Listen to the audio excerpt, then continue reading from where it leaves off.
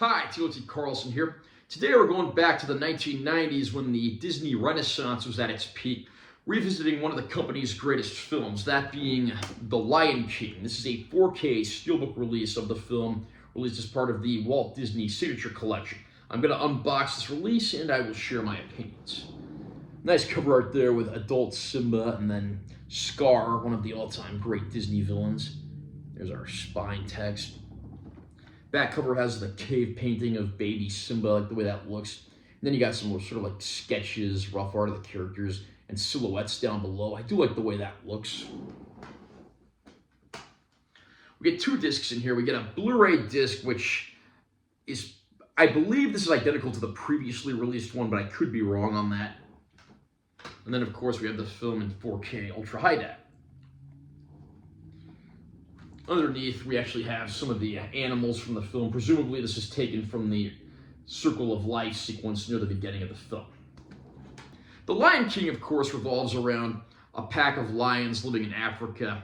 Mufasa is the king of the lions, and his wife, Sarabi, and him have welcomed their cub, Simba, into the world. Simba one day will become the king of Pride Rock, but his uncle Scar, Mufasa's brother, of course, is jealous of this. He begins plotting ways to get rid of Mufasa and Simba, allying himself with some dangerous hyenas. Of course, it's not long before Scar puts his plans into action, and Simba and his best friend Nala quickly find themselves in over their heads, with Simba forced to retreat and eventually having to come to terms with his destiny as he grows up. The Disney Renaissance was a great time for animated films. Of course, Disney made so many great films way back in the decades past, and they sort of faded and slipped a while when they got into like the 1980s, but then when The Little Mermaid came out in 1989, the company just bounced back. For like a decade, you had what was dubbed the Disney Renaissance, which was some of the best animated films the company had ever made. And perhaps of all those movies to come out of that, none is greater than The Lion King. This movie is just an absolutely beautifully animated 2D film.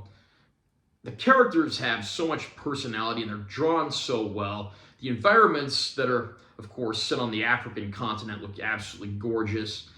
And the voice casting is some of the best that Disney has ever done. Of course, James Earl Jones lends some gravity to the film, voicing Mufasa, the king of the lions.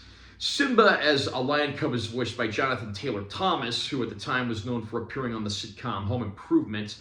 As an adult, he's voiced by Matthew Broderick, probably best known for playing Ferris Bueller in Ferris Bueller's Day Off.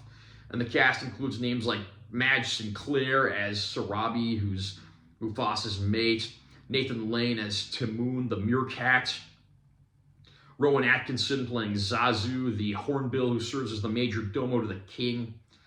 It's just an all-around great voice cast here, and everyone gives their characters just so much personality. This movie has some of the darkest moments of any Disney film, of course, after Scar puts his plot into motion, but it also has some of the most lighthearted and funny moments, too, because everything is balanced out just about perfectly. It's hard to pick a favorite animated Disney film, but for me, The Lion King would be pretty high up the list. Even the original songs here are some of the best Disney's ever put out. Things like Circle of Life, Be Prepared, Can You Feel the Love Tonight, Hakuna Matata. When you watch this movie, whether it's your first time seeing it or your 100th time seeing it, the songs are going to stick in your head long afterwards.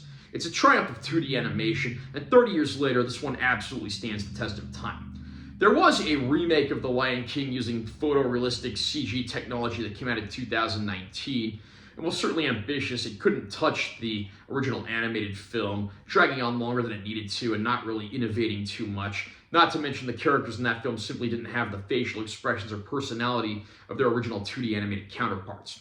The Lion King looks very good in 4K, however, don't be expecting a massive night and day difference upgrade over the prior released Blu-ray, but that's only because the previously released Blu-ray already looked so good.